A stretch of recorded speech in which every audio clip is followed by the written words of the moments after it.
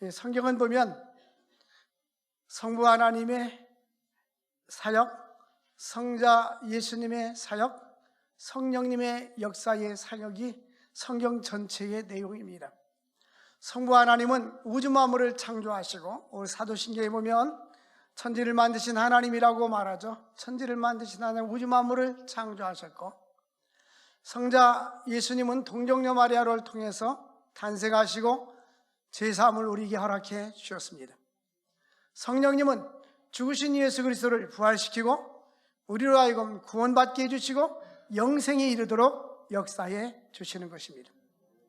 그러므로 이 성경의 역사는 구원의 역사요, 예수님의 사랑의 이야기입니다. 예수님의 이 사랑의 이야기는 사랑에 적용되고 역사하려면 성령님의 역사가 있어야 하는 것입니다.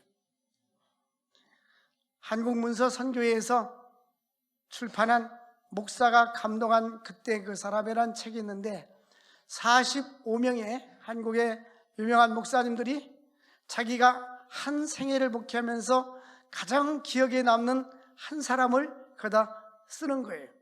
자기가 목회하면서 바로 그때 그 사람, 그래서 그 45명에 대해서 이름이 나와 있는데 제가 그 책을 사서 가끔 봅니다. 어저께는 우리 성도들에게 이 말씀을 준비하면서 쭉 넘겨봤더니 이런 이야기가 있어요. 어떤 목사님이 6.25 전쟁 때, 이 목사님은 이제 미국에서 한인 목회를 하셨는데 6.25 전쟁 때 있었던 일입니다. 흑인 병사가 수원에서 추운 겨울날 서울로 집차를 타고 올라가려고 하는데 기름이 떨어지니까 가까운 부대에 가서 기름을 취하려고 가는데 길가에 어떤 엄마가 쓰러져 있는 거예요. 근데 너무 혹독하게 추우니까 얼어서 죽은 거예요, 엄마는. 근데 아기는 아직도 그 엄마 배 위에서 울면서 우는 소리가 들려서, 울음오는 소리가 들려서 가보니까 이 아이는 엄마 배 위에 있었어요. 아직 엄마는 그 따뜻한 그 온기를 통해서 그 아이를 지키려고 그 엄마는 세상을 떠났습니다. 이 흑인 병사는 기름을 넣고 이 아이를 막사로 데려다 키워서 미국에 가가지고 키워가지고 양 자녀를 삼아서 대학을 가르치고 결혼을 시킨 거예요. 그러니까 이제 미국 사람들은 이야기를 해주잖아요. 너가 이러한 사정으로 이렇게 해서 와서 이렇게 아름다운 가정을 이루고 좋은 대학을 나온 거예요. 이 아이가 커서 이제 그러면 내가 한국에 있는 우리 어머니 묘소를 가고 싶다. 그래서 그 한겨울에 이 흑인 병사는 그를 이제 공동묘지에 묻어놓고 비석을 세워놨던 것입니다. 바로 이것이 너의 어머니의 무덤이다. 그러니까 이 아이가 자기의 그 코트를 벗어가지고 어머니 묘소에다가 올려놓습니다. 그래서 어머니한테 이런 이야기를 합니다. 어머니, 그날 혹독하게 추웠다는데 얼마나 추우셨습니까? 어머님은 추워서 얼어 죽더라도 딸만큼은 살리려고 어머니 배 위에 얹고 돌아가신 것이 아닙니까? 하면서 무덤 앞에서 목을 놓아 울더라는 것입니다. 이것이 바로 모생애고, 또 이것이 예수께서 우리를 십자가에서 죽으시면서까지 우리를 사랑하신 예수님의 사랑인 것입니다. 예수님의 사랑이 없었다면, 또 부모님의 희생과 사랑이 없었더라면 오늘 우리는 이 자리에 우리가 있을 수가 없을 것입니다. 우리는 하나님의 사랑의 이야기와 함께 부모님의 사랑에 대해서도 우리는 감사할 줄 알아야 하는 것입니다.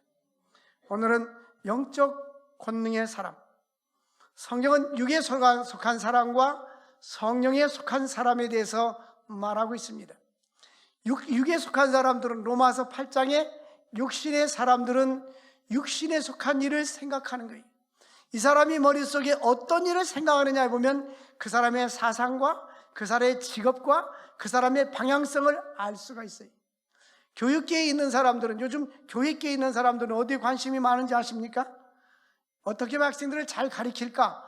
이런 데도 관심이 있지만 지금 저출산으로 인해서 우리나라 아이들이 출산율이 넘어 30만 명도 떨어지니까, 한참 많이 출산할 때는 1년에 70만 명, 80만 명, 90만 명을 낳았는데 지금은 이제 30만 명 밑으로 돌아서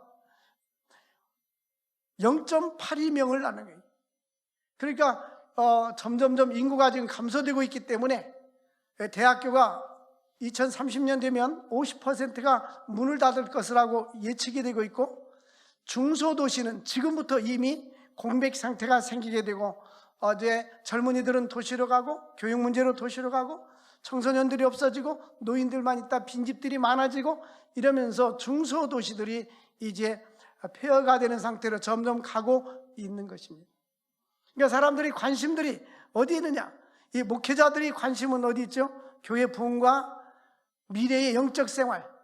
그래서 목사님들이 모이면 두 가지를 걱정합니다. 코로나로 인하여서 신앙생활이 성도들이 감소된 것을 염려하고, 또 하나는 점점점 물질 문명이 발달되면서 교회가 서구화되면서 쇠퇴화되고 있는 것을 염려하고 있습니다.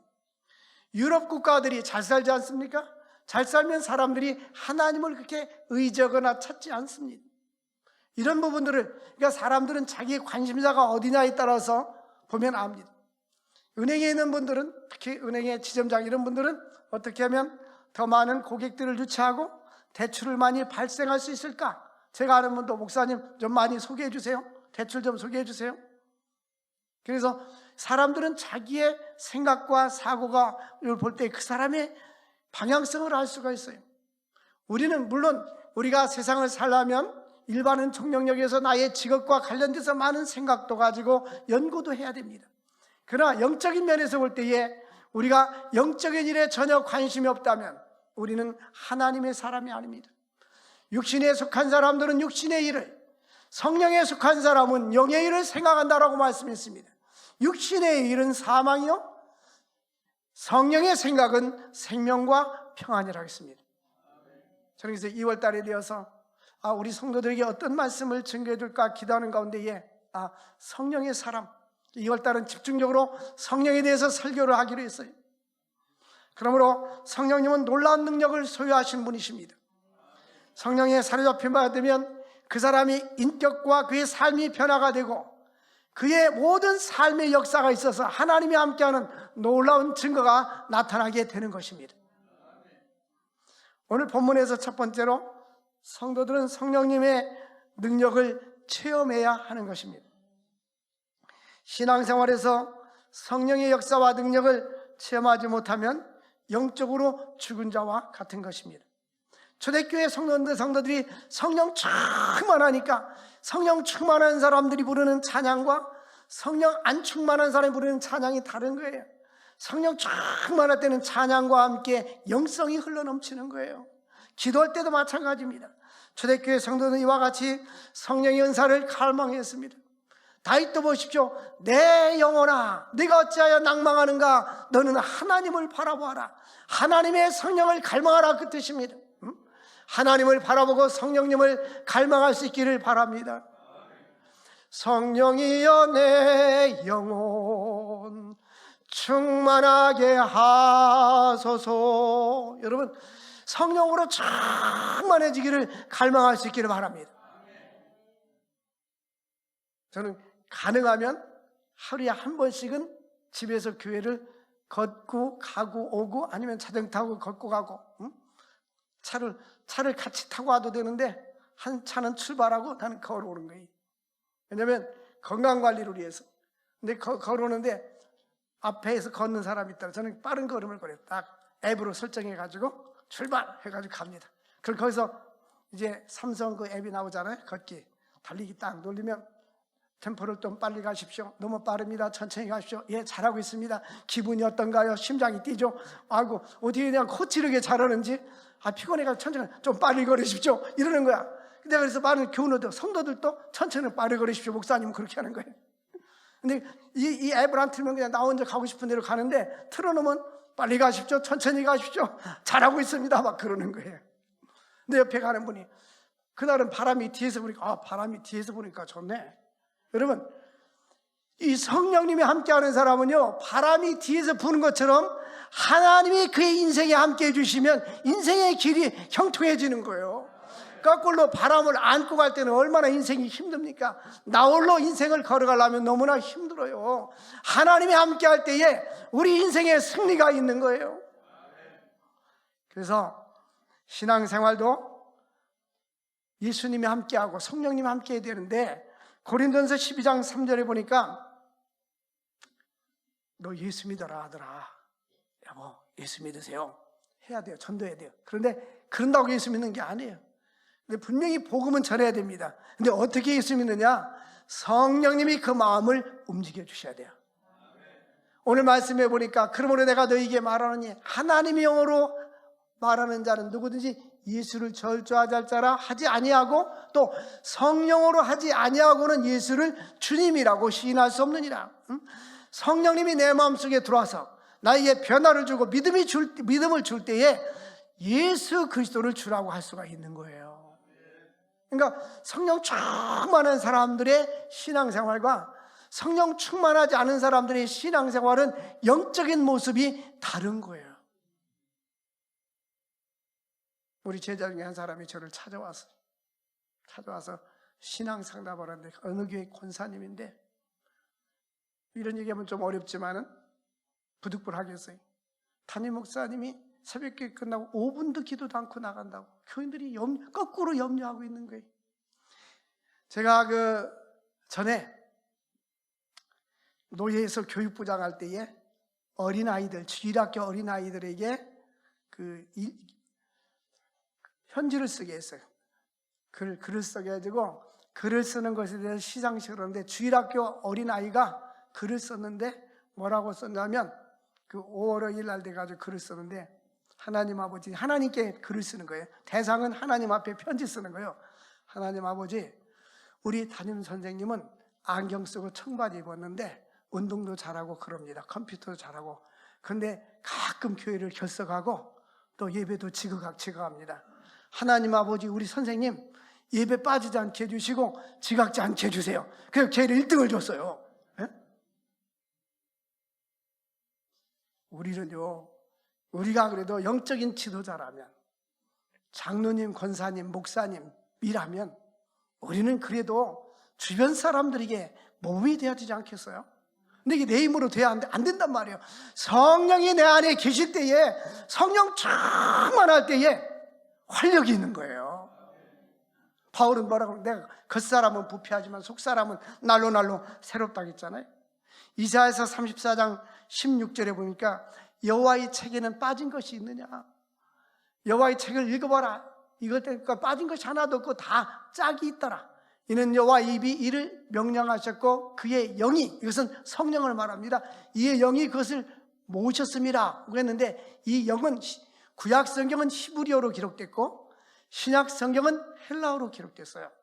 그런데 이 그의 영이란 말은 루하인데, 히브리어 원어로 루하인데, 이 루하의 뜻은 생명, 호흡, 바람, 이런 여러 가지 뜻이 있어요.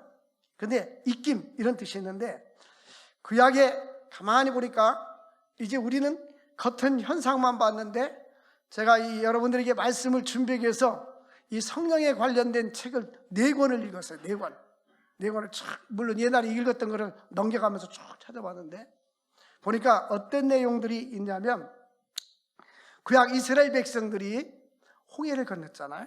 홍해를 건널 때 하나님께서 동풍을 부르매, 동쪽에서 바람을 불어오니까 바다가 갈라지고 이 바다의 갯벌이 마른 땅이 돼가지고 건넜단 말이에요. 근데 하나님이 부르신 동풍은 그냥 동쪽에서 바람을 부른 것이 아니라 성령의 바람이었다는 거예요. 근데 이 신학자들이 만들어 놓은 것을 보니까 뿐만 아니라, 우리가 이스라엘의 출애굽기 13장 21절에서 22절까지 보면, 낮에는 하나님이 이스라엘 백성들을 구름기둥으로 인도하셨고 밤에는 불기둥으로 인도하셨더라. 이건 이미 우리가 잘 아는 대로 하나님의 임재의 구름이잖아요. 이 하나님의 성령의 임재였어요. 그러니까 하나님은 성령으로 우리를 인도하시기도 하고 보호해 주시기도 하는 거예요. 예? 그래서 성령의 바람, 그들이 이제 동풍이, 그 백성들이 다 건너갈 때까지 이 동풍이 불었는데 이 성령의 바람이 불어왔단 말이에요. 근데 성경은 때때로 그 바람을 갖다가 성령의 역사를 바람으로 표현하기도 합니다. 민수기 11장 31절에 보니까 백성들이 고기를 먹고 싶다고 하니까 바다 여호와께서 나와서, 바람이 어디서 출발했어요? 바람이 어디에서 나왔어요? 여호와께서. 대답해 보세요. 바람이 어디에서 나왔어요? 여호와께서 나온 거예요. 이게 바람이 여호와께서 나와서 바다에서부터 메추라기를 몰아서 진영 이쪽 저쪽 하니까 미추리가 지면 위에 2규빗, 한 규빗이 45cm라면 거의 1m 정도 막 새 고기가 막 쌓이기 시작한 거예요. 그런데 이 바람이 여호와께서 나는 것은 하나님의 성령의 바람이 성부 하나님으로부터 오는 거예요. 그래서 하나님의 성령의 바람이 불어온 거예요. 우리 하나님은 놀라우신 역사인데 시편 18편 10절에 보니까 구룹을 타고 다니시며, 이 구룹은 천사입니다. 다니시며 이에 바람 날개를 타고 높이 솟아 오르셨도다. 자, 여기 바람 날개는 성령의 바람 날개예요. 네? 여러분, 성령의 바람 날개를 타시기를 바랍니다. 시편 104편 3절 말씀을 우리 같이 읽어보겠습니다. 시작. 물에 자기 누가 구름으로 자기 수레를 삼으시고 바람 날개로 다니시며, 우리 하나님께서는 성령의 바람 날개를 달고 다니셨다 이 말이에요. 여러분 인생에 이 새가 날개가 부러지면 나를 수가 없어요. 한쪽 날개는 부러졌는데 한쪽 날개만 있으면 날을 넣을 수도 없을 뿐만 날라도 제자리에요. 근데 양쪽 날개가 있어야 쫙 창공을 향하여 날아가는 거 아니겠어요? 예? 여러분, 성령의 날개를 다룰 수 있기를 바랍니다. 우리 인생에 성령의 날개를 다루면 무엇을 하든지 하나님 함께 해주시고 형통하게 해주시는 거예요. 예? 영적으로 기도 생활도 하잖아요. 이 성령은요 반드시 말씀과 기도를 통해서 역사해 주십니다. 그러니까 에스겔 골짜기가 뼈만, 마른 뼈만 가득 차 있었어요. 그런데 이 말씀이 역사하기 시작하니까 하나 둘 뼈가 막 붙어 다니기 시작하는 거예요. 근데 성령이 부르니까 살이 딱 생기면서 군대를 이뤘던 거예요. 여러분, 인생에 왜 힘이 없어요? 돈이 없어서 힘이 없다고요? No. 지식이 없다고 하세요? No, 아닙니다. 뭐 인맥이 없어서 아닙니다. 하나님의 성령이 함께 해주시면 역사가 일어나는 거예요. 요셉은 애굽으로 팔려갔을 때 이방 나라 사람이었고 애굽에서 종노를 했어요. 근데 창세기 39장 보니까 여호와께서 요셉과 함께 하심으로 되는데, 이 말은 여호와의 성령이 요셉과 함께 하심으로 그가 형통한 자가 되었다라는 거예요. 하나님과 함께 할 때에 우리 인생은 승리하는 거예요. 어떤 목사님하고 제가 어디를 갔다 오면서 대화를 많이 나눴어요. 여러분, 나이가 60이 넘어가면 서울대학교 나왔든 초등학교 나왔든 큰 관계 없어요.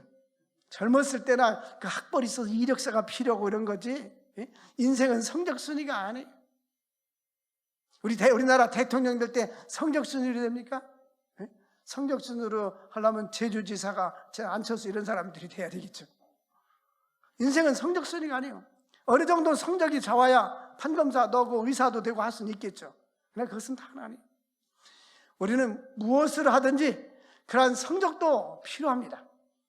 그러나 더 중요한 것은 하나님의 성령에 붙잡힌 바 되어서 쓰임받는 인생을 살아야 되는 거예요. 성령에 민감하고 하나님께 기도하고 성령님이 나에게 임재하도록 성령님을 갈망할 수 있기를 바랍니다. 근데 지금 이 날개가 펴져야 나를 거 아니에요. 근데 날개를 다 움츠리고 날개를 펼 생각을 안 해. 이 하나님의 성령의 능력으로 성령의 권능을 받아서 날아야 되지 않겠어요? 바람 날개를 타고 주님이 나른 것처럼 우리를 또 바람 날개를 타고 날아야 되지 않겠습니까? 우리는 성령의 바람 날개를 타고 날아보시지 않겠습니까? 다른 사람이 어떻더라고 간증하는 것이 아니라 우리 자신이 내가 간증의 주인공이 되어야 합니다. 요나서 1장 4절 보니까 요나가 니느웨 가서 복음을 증거하라 했는데 다시스로 도망갑니다. 배가 있었는데 뱃삭을 타고 도망가는데 하나님이 바람을 보내가지고 큰 폭풍을 일으켰어요. 근데 이 바람은 보통 바람이 아니라 무슨 바람이요? 큰 바람이라 했어요. 큰 바람을 바다에 내리니까 막 풍랑이라고 난리가 났던 거예요. 이때 이 바람도 루아입니다. 하나님의 성령의 바람, 성령으로 바람을 몰고 왔던 거예요. 그러니까 하나님은 우리에게 축복을 줄 때도 성령의 바람이 몰려오지만 하나님께서 잘못된 길을 갈 때에 배를 뒤엎는데 성령께서 사용할 수도 있는 거예요. 왜? 하나님은 그의 백성을 사랑하기 때문인 것입니다. 하나님을 사랑하는 자, 거기 그 뜻대로 부르심을 입은 자들에게는 합력하여 선을 이루느니라. 이제 사도행전 2장 2절을 보니까 초대교회 성도들이 120명이 모여가지고 열흘 동안 합심해서 기도했어요. 근데 우리 하늘로부터 극하고 강한 바람 같은 소리가 있어라고 되어 있어요. 이것은 지금 이 밖에서는 바람이 휘잉 부는 소리가 나겠지만 여기는 마가 다락방이에요. 120명이 들어갈 때는 큰 집을 이야기합니다. 성지순례에 가서 한번 보셨죠? 다락방이 실내에 있는데 무슨 바람 소리가 들리겠어요? 근데 하나님의 성령의 바람 소리가 휘하고 강하게 들려왔다라는 거예요.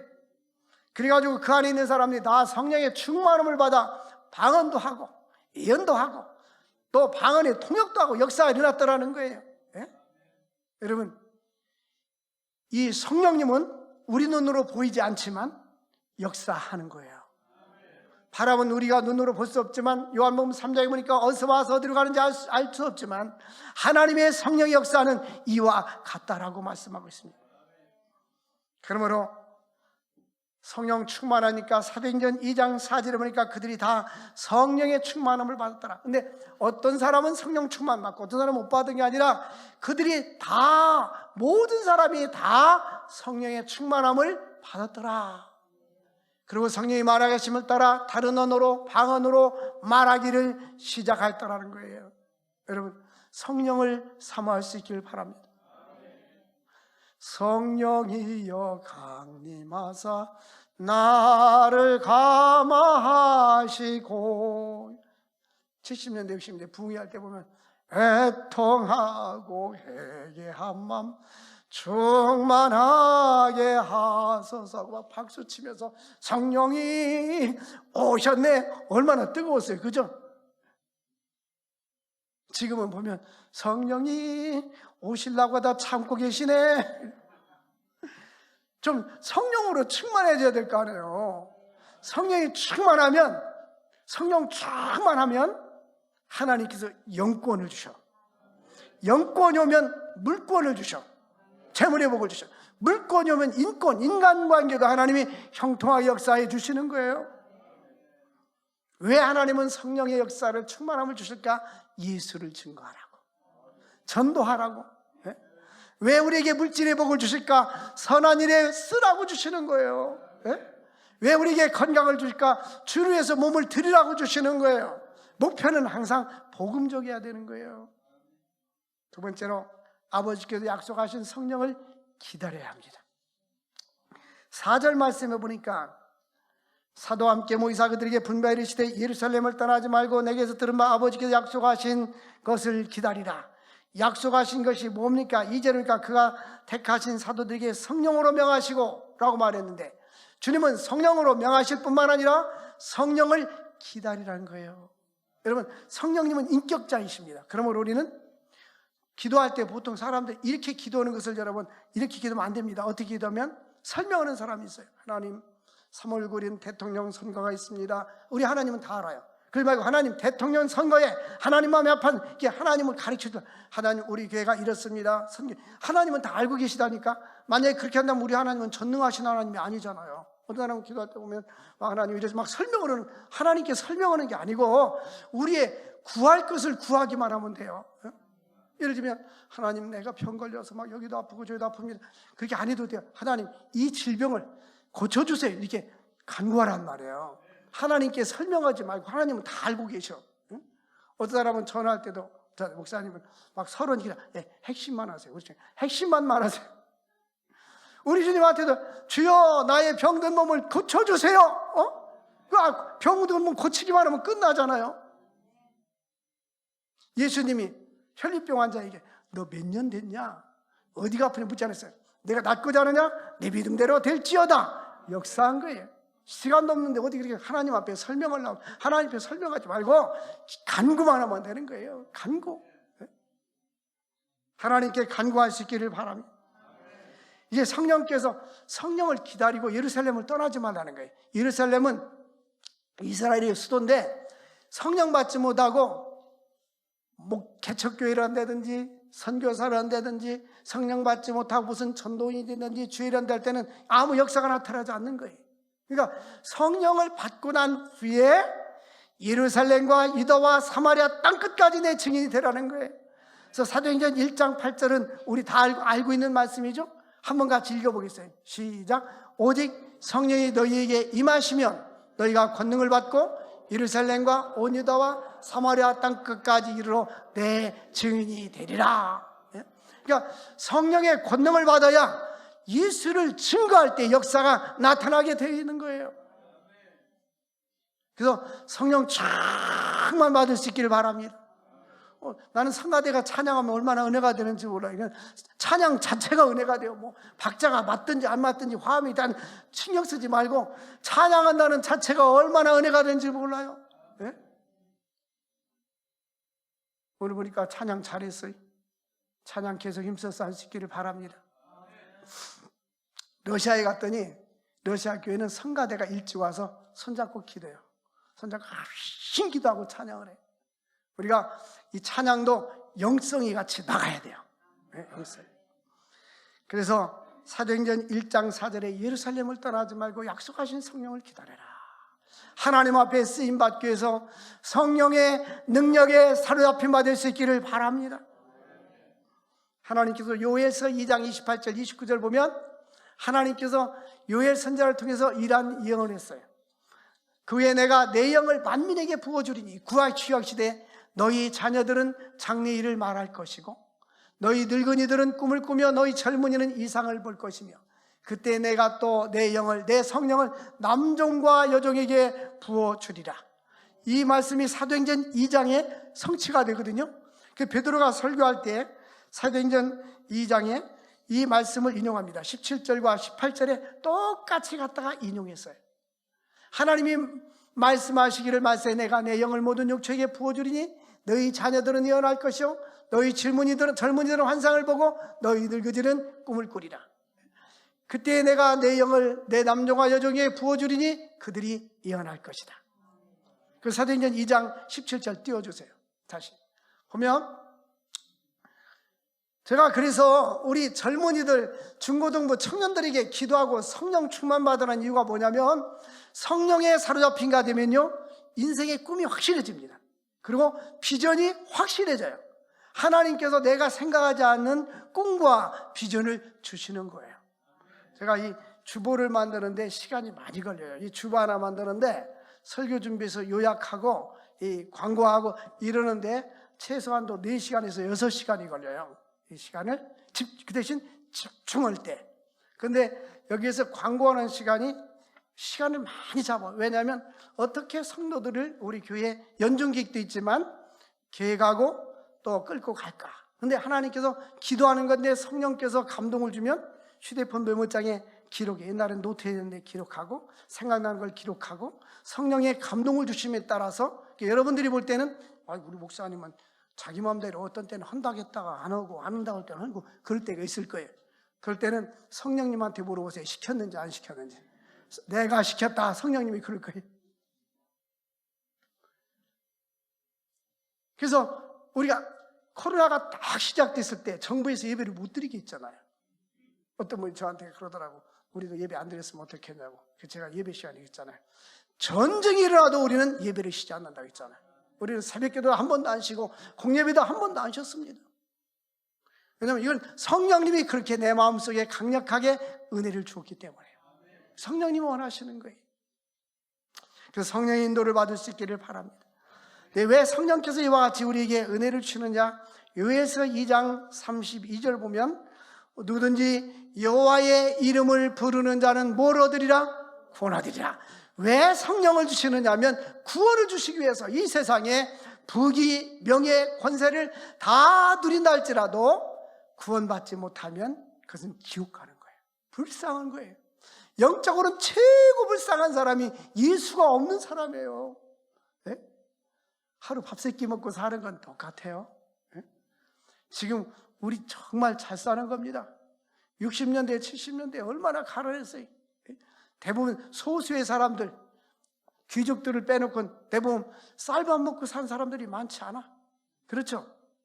제가 개척할 때 어떤 집사님한테 물었어요. 집사님, 쌀밥 못 드셨죠? 보리밥 드셨죠? 아니요, 나 보리밥 안 먹었어요. 그럼 뭐 드셨어요? 강냉이 먹었어요. 강원도 살았으니까. 지금 네팔 사람들이 주로 강냉이를 먹고 있어요. 우리가 초등학교 다닐 때 학교 청소도 한 번 시키면 너무너무 좋았어요. 일주일에 한 번씩 청소했거든요. 왜 좋았어요? 그날 청소하면 강냉이빵을 주는 거예요. 강냉이빵. 강냉이빵을 얻어 먹기 위해서. 그런 시절이 우리에게 있었잖아요. 근데 그 생각해보면 지금 얼마나 우리가 풍요로운 삶을 살고 있어요. 그런데 늘 우리는 부족하다고 느끼잖아요. 뭐가 부족해요? 우리는 감사할 줄 알아야 되고 자족할 줄 알아야 되고. 바울 서신에 보면 디모데야, 내가 이 세상에 아무것도 가지고 온 것이 없음에 또한 가지고 갈 것이 없으니 먹을 것과 입을 것이 있은즉 족한 줄 알 것이니라. 부활하는 자들은 멸망과 침륜에 빠지게 된다. 시험과 올무에 빠지게 된다라고 말씀하고 있어요. 우리는 성령의 충만을 받기 위해서 기도하고 성령을 갈망할 수 있기를 바랍니다. 사도행전 19장 2절에 보니까 바울이 에베소 지역에 전도하러 갔어요. 복음 전가하러 갔습니다. 그런데 이런 질문을 했어요. 너희가 믿을 때 성령을 받았느냐? 제가 한번 여러분에게 질문할게요. 여러분들이 믿을 때 성령 충만함을, 성령 세례를 받았습니까? 근데 어떤 이 사람들이 대답은 뭐냐면 아니요, 우리는 성령이 있다는 말을 듣지도 못했어요. 여의도 순복음교회가 전 세계에서 가장 단일교회는 가장 큰 교회입니다. 그 교회가 그때는 보면 대형 교회나 큰 교회들 특징이 있어요. 하나님께 쓰임받는 사람들 특징은 그 주변에 기도하는 사람들이 많아요. 조영기 목사님 장모 되시나 나는 할렐루야 아줌마였다는 그 최자실 목사님이 늘 금식하고 기도하고, 그래서 오살리 기도는 금식 기도니라. 그 교회는 지금 코로나 때문에 못하지만 주일학교 아이들도 여름에 수련회 3일 동안 금식 기도를, 금식 주일학교, 중고등부, 청년부, 교구별로 계속 금식을 시키는 거예요. 네? 금식하면서 성령을 갈망하고 기도하는 사람하고 하루에 한 끼씩 금식하는 것도 못하는 사람하고 같겠어요? 달라요. 우리는 신앙생활할 때 최선을 다하는 것보다 죽기 살기로, 제가 최선을 다하는 것과 죽기 살기로 얘기했잖아요. 토끼가, 사냥꾼이 토끼를 총을 쐈는데 사냥개가 달려가서 못 잡고 와서 꼬리를 들면서 못 잡았다고. 너 왜 못 잡았니? 나는 최선을 다했습니다. 근데 토끼는 도망가가지고 다 바위 밑 굴 속에 들어가서 내가 여차저차해서 하마터면 죽을 뻔했는데 나는 살았어. 넌 어떻게 살았냐? 가족 식구들이 보니까 나는 죽기 살기로 도망왔어. 여러분, 최선을 다하는 것보다 죽기 살기로 하면 인생에 성공이 있는 거예요. 사업을 해도 죽기 살기로 하고, 공부를 해도 죽기 살기로 하고, 목회를 해도 죽기 살기로 하고, 우리는 하나님께 야곱처럼 죽기 살기로 하나님께 매달려서 성령의 충만함을 받을 수 있기를 바랍니다. 그래서 성령 충만의 결과가 여러 가지가 있는데요, 성령 충만하면 인격이 변화되고 삶이 변화됩니다. 뿐만 아니라 또한 기쁨이 충만합니다. 사도행전 2장 28절에 보니까 이 오순절 마가다락방에 모였던 사람들이 주 앞에서 내게 기쁨이 충만하게 하시리라. 성령 충만하면 내가 기쁨이 충만해지는 거예요. 가난해도 병들었어도. 뿐만 아니라 사도행전 13장 52절 보니까 제자들은 기쁨과 성령이 충만하더라. 여러분, 기쁨이 충만해서, 왜? 성령이 충만하니까. 기쁨도 충만, 성령도 충만. 우리 모두 다 기쁨과 성령이 충만하시길 바랍니다. 왜 사람들이 직장 다니고, 왜 열심히 돈 벌고, 왜 열심히 공부합니까? 돈 벌어서 편안하게 기쁘게 살려고. 근데 벌어봐도 이렇게 기쁨이 안 와요. 근데 성령 충만하면 우리에게 성령께서 기쁨을 주시는 거예요. 시편 51편 보면 다윗이 우리아 장군 아내 밧세바를 취하고 쓴 시입니다. 그때 하나님께 회개하면서 주의 성령을 나에게 거두지 마옵소서. 이 세상에서 가장 불쌍한 사람은 그에게서 성령이 떠나면 불쌍한 사람이에요. 그래서 성령을 떠나지 않게 해달라고, 주여 성령을 거두지 마옵소서. 그리고 주의 나의 구원의 기쁨을 회복시켜 달라고 시편 51편에 말씀하고 있어요. 성령이여 내 영혼 충만하게 하소서. 성령으로 충만해져야 우리의 삶이 기쁨이 있는 거예요. 에베소 3장 20절 보니까 하나님께서 이런 약속을 하시는 거예요. 우리가 기도하잖아요. 우리 가운데 역사하시는 능력대로, 이게 역사하시는 능력이 뭐예요? 성령의 능력을 얘기하는 거예요. 우리 가운데 역사하시는 성령의 능력대로 우리가 구하거나 기도하거나 생각하는 것보다 더 넘치도록 능히 하실 얘기예요. 우리 하나님은 성령의 사람에게, 믿음의 사람에게는 기도할 때마다 간구하고 기도하는 것보다 넘치도록 주시는 하나님이십니다. 이제 인간의 힘으로 의지하지 말고, 내가 생각할 때, 판단할 때 안 된다 생각하지 마시고, 스가랴 4장 6절에 보니까 이는 힘으로 되지 아니하고 능으로 되지 아니하고 오직 나의 성령으로 되느니라. 하나님의 성령으로 의존하고 살아갈 수 있기를 바랍니다. 내 힘으로 안 된다고 결론을 내리지 말고 성령으로 의존해서 우리 인생의 문제도 해결하고 하나님의 능력을 힘입어 승리하고 질병에서도 강건함 얻을 수 있기를 주의 이름으로 축원을 드립니다. 하나님의 능력으로 강건할 수 있기를 바랍니다. 하나님의 능력으로 치료받을 수 있기를 바랍니다. 그래서 이제 성령의 두 날개를 달고 높은 창공을 나르는, 성령의 바람을 타고 나르는 성령의 날개를 달아서 하나님의 역사가 우리를 통해서, 우리 가정을 통해서, 우리 교회를 통해서, 이 나라 민족을 통해서 계속 역사할 수 있기를 바랍니다. 그러기 위해서는 여러분들이 기도하는 사람이 돼야 돼요. 우리 학생 청년 때 기도하면 하나님께 날개를 달아서 쫙 날개 주셔요. 그 기도를 강조하는 거예요. 여러분 모두가 다 성령의 날개를 달고 인생의 승리가 있기를 주의 이름으로 축원합니다. 우리 함께 주 품에 품으소서 찬양 한번 부르고 합심기도 한번 하겠어요. 주 품에 품으소서.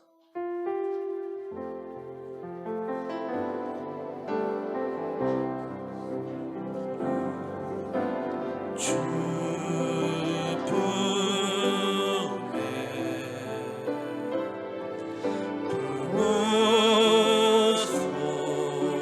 품으소서. 능력에 발로 덮으소서. 거친 파도 날 향해 와도 주와 함께 날아오르리. 높은 가운데 나의 영혼 잠잠하게 주를 보리라. 주님 안에 나 거하리.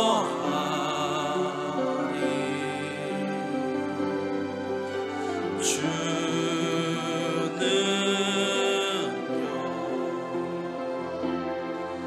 나 잠잠히 믿네. 거친 파도 날 향해 와도 주와 함께 날아오르리.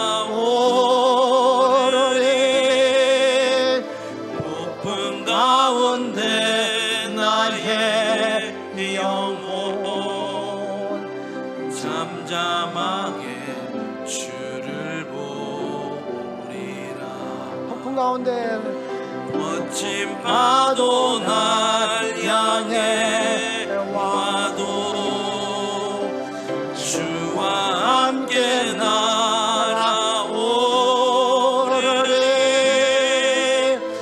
높은 가운데 나의 영혼 잠잠하게 주를 보리라. 거친 파도 거친 파도 날 향해 와도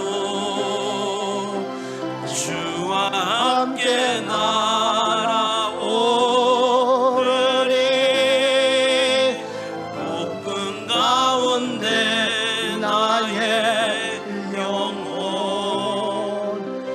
잠잠하게 주를 보리라. 우리 한번 주여 부르짖고 기도합시다. 성령에 사로잡힌 사람, 성령의 날개를 달고 창공을 나를 쓰는 우리 모두 될 수 있도록 주여 부르짖고 기도하겠습니다. 주여, 주여, 주여. 거룩하신 하나님 아버지 감사합니다. 하나님 아버지, 거친 파도가 날 향해 따라온날지라도 하나님 아버지 주와 함께 날아오게 하여 주옵소서. 성령의 날개를 달게 하여 주옵소서. 성령의 바람 날개를 달고 날아나갈 수 있도록 은혜와 축복 나리워 주옵소서. 주여, 성령님이 함께 하옵소서. 성령의 권능으로 함께 하옵소서. 성령의 능력으로 함께 하여 주옵소서. 주여, 역사하여 주옵소서. 주의 은혜로 충만하게 하시고 주의 능력으로 충만하게 하시고 주의 권세로 충만하게 하여 주옵소서. 주여, 역사하여 주옵소서. 주여, 함께하여 주옵소서. 주여, 영광 받아 주시옵소서. 성령의 사람 되게 하옵소서. 믿음의 사람 되게 하옵소서. 능력의 사람이 되게 하여 주옵소서. 우리에게 성령으로 충만하게 하여 주옵소서. 능력으로 충만하게 하여 주옵소서. 하나님 아버지, 성령의 날개를 타고 바람 날개를 타고 나르는 저희들 될 수 있도록 은혜와 축복 나리워 주옵소서. 예수님의 이름으로 기도합나이다. 아멘.